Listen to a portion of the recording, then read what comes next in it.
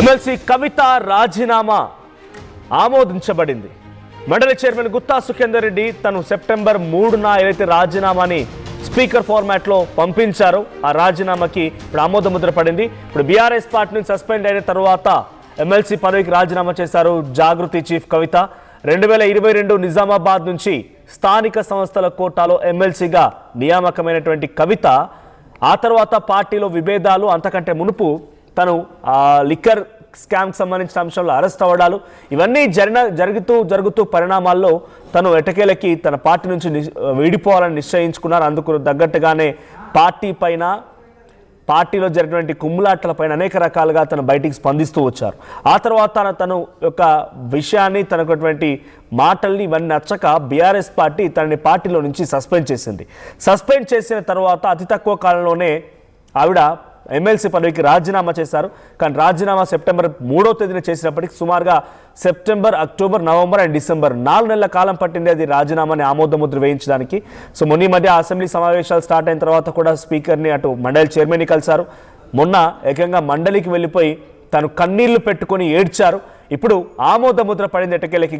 ఇక ఆ స్థానం ఖాళీ కూడా అయింది.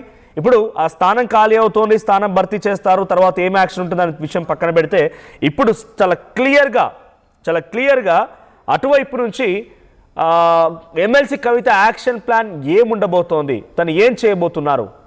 ఎమ్మెల్సీ కవిత కొత్త పార్టీ పెట్టబోతున్న మాట వాస్తవం, కానీ బీఆర్ఎస్ పార్టీ పైన జంగుసారి నూతారా, లేదు ఒక ప్రత్యేకమైనటువంటి ఆల్టర్నేట్గా తెలంగాణ రాష్ట్ర రాజకీయాల్లో ఒక ప్రత్యేకమైన పార్టీగా అవతరించబోతున్నారా? చూడాలి ఏం జరుగుతుందో. ప్రతినిధి మధు ఉన్నారు. మధు, సో కవిత నెక్స్ట్ యాక్షన్ ప్లాన్ ఏంటి? తను అనుకున్నట్టుగానే చివరి మాటలు చెప్పుకొచ్చింది, వ్యక్తిగా వెళ్తున్నా శక్తిగా వస్తానని చెప్పి ఒక ఛాలెంజ్ కూడా చేసింది. ఏం జరగబోతోంది? తన ఆమోద ముద్ర పడింది.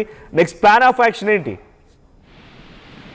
కవిత చివరిగా ఒకసారి మండలిలో మాట్లాడారు. అది అవకాశం ఇవ్వమని చెప్పడంతో మండలి చైర్మన్ అవకాశం ఇచ్చారు. చాలా కొన్ని సెన్సేషన్ కామెంట్ చేశారు. మొత్తానికి రాజీనామా యాక్సెప్ట్ చేశారు. నిన్న రాత్రి ఆమోద ముద్ర వేస్తూ దానికి సంబంధించినటువంటి నోటిఫికేషన్ విడుదల చేశారు. 2021లో నిజామాబాద్ స్థానిక సంస్థల ఎన్నికల నుంచి శాసనమండలి సభ్యురాలిగా ఎన్నికయ్యారు కవిత. తర్వాత జరిగినటువంటి పరిణామాలతో ఆమె పార్టీని విభేదించారు, తండ్రికి లేఖ రాశారు. తండ్రి లేఖ బయటికి లీక్ అయిన నేపథ్యంలో ఆమె వాటిని క్వశ్చన్ చేశారు, ఎవరు లీక్ చేశారనేటువంటిది. తర్వాత ఘాటైనటువంటి వ్యాఖ్యలు మాట్లాడారు. తండ్రి చుట్టుపక్కల దయ్యాలున్నారు, కేసీఆర్ చుట్టుపక్కల అనేటువంటి స్టేట్మెంట్ చేశారు. తర్వాత భౌగోళిక తెలంగాణ వచ్చింది, సామాజిక తెలంగాణ రాలేదనేటువంటి స్టేట్మెంట్ చేశారు. ఇక్కడితో స్టార్ట్ అయింది. తర్వాత కొన్ని అవినీతి ఆరోపణలు చేశారు.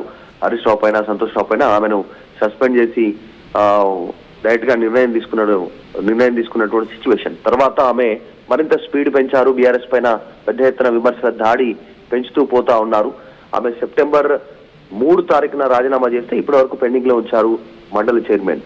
మొన్న మాట్లాడిన తర్వాత కూడా ఆమె వల్ల ఒకసారి భావోద్వేగానికి గురైన తర్వాత రిక్వెస్ట్ చేశారు సభలోనే, నేను కరెక్ట్ గానే నిర్ణయం తీసుకున్నాను, నా రాజీనామాను యాక్సెప్ట్ చేయండి, బీఆర్ఎస్ నుంచి వచ్చేది నాకు ఏది వద్దనుకుంటున్నాను, రాజీనామా చేశాను, నేను శాసన సభ్యత్వానికి రాజీనామా చేశాను, అన్ని వదులుకోవాలనుకుంటున్నాను, నాకు ఎమ్మెల్సీ పదవి కూడా వద్దు అనేటువంటి స్టేట్మెంట్ చేశారు కౌన్సిల్లో ప్రసంగించిన తర్వాత. సో మొత్తానికి నిన్న రాత్రి నిజామాబాద్ స్థానిక సంస్థల సంబంధించినటువంటి దానికి ఖాళీ ఏర్పడింది అనేటువంటి ఈమె రాజీనామాను ఆమోదించారు. సో ప్రస్తుతం కవిత మాజీ ఎమ్మెల్సీగా మారిపోయినటువంటి సిచ్యువేషన్ అఫీషియల్ గా, టెక్నికల్ గా, అంటే మొదటి నుంచి ఆమె రాజీనామా చేసేటప్పటికీ కూడా టెక్నికల్ గా మన అవకాశం దక్కడంతో మండలిలో మాట్లాడారు. ఈ రోజు నుంచి మాజీగా మారిపోయినటువంటి పరిస్థితి ఉంది. కవిత రాజీనామా చేసిన మొదటి రోజు నుంచే విమర్శల దాడి పెంచారు బీఆర్ఎస్ పైన.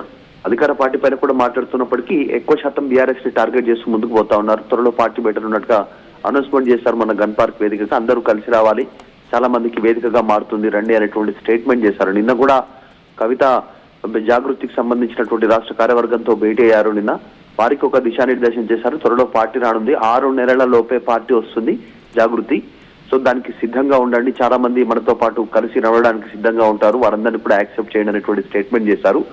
ఇప్పటికీ కవిత ఆల్రెడీ జనం జాగృతి పర్యటన జనంలోనే ఉన్నారు, జనం దగ్గరికి వెళ్తా ఉన్నటువంటి సిచ్యువేషన్. త్వరలో పార్టీ పెట్టనున్నట్టుగా అనౌన్స్మెంట్ చేశారు కాబట్టి ఆ కార్యక్రమాల్లో పార్టీకి సంబంధించినటువంటి ఒక టెక్నికల్ టీం పనిచేస్తున్నట్టుగా తెలుస్తా ఉంది.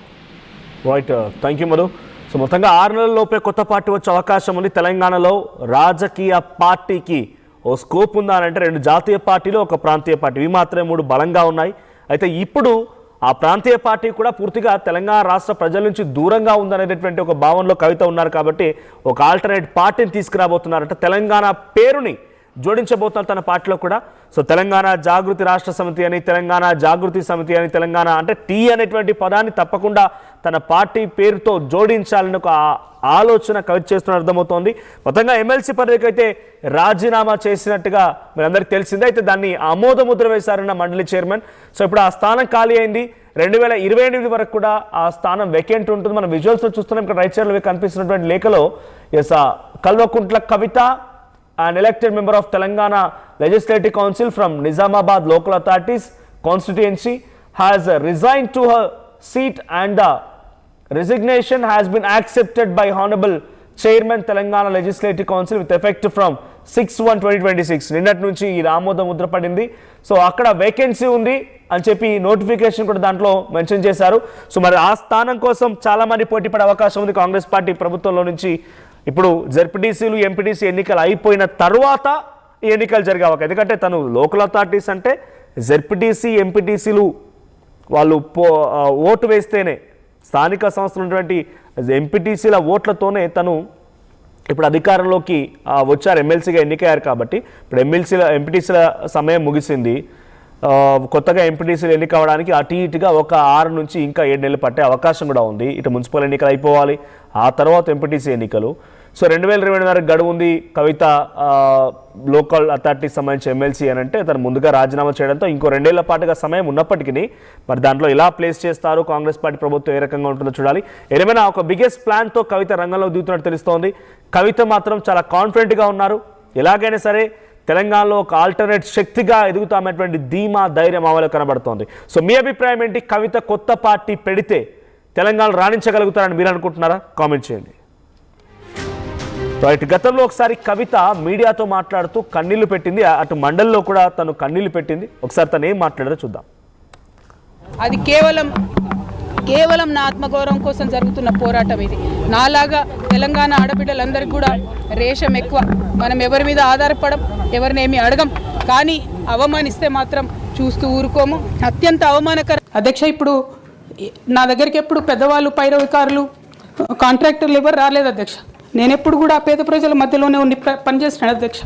నా దగ్గరికి వచ్చినటువంటి బీడీ కార్మికులు కావచ్చు, బీడీ టేకేదారులు కావచ్చు, అంగన్వాడీ టీచర్లు కావచ్చు, ఆశా వర్కర్లు కావచ్చు, ఐకేపీ ఎంప్లాయీస్ కావచ్చు అధ్యక్ష, అదేవిధంగా జిహెచ్ఎంసీ కార్మికులు కావచ్చు అధ్యక్ష, టీచర్లు కావచ్చు అధ్యక్ష, నిరుద్యోగులు కావచ్చు, ఆడబిడ్డలు కావచ్చు, సింగరేణి ఉద్యోగులు కావచ్చు, కరెంట్ ఎంప్లాయీస్ కావచ్చు, ఎవరు వచ్చినా అధ్యక్ష నేను కాదనకుండా నాకెంత వీలైతే అంత పనిచేసి పెట్టేటటువంటి ప్రయత్నం చేసిన అధ్యక్ష.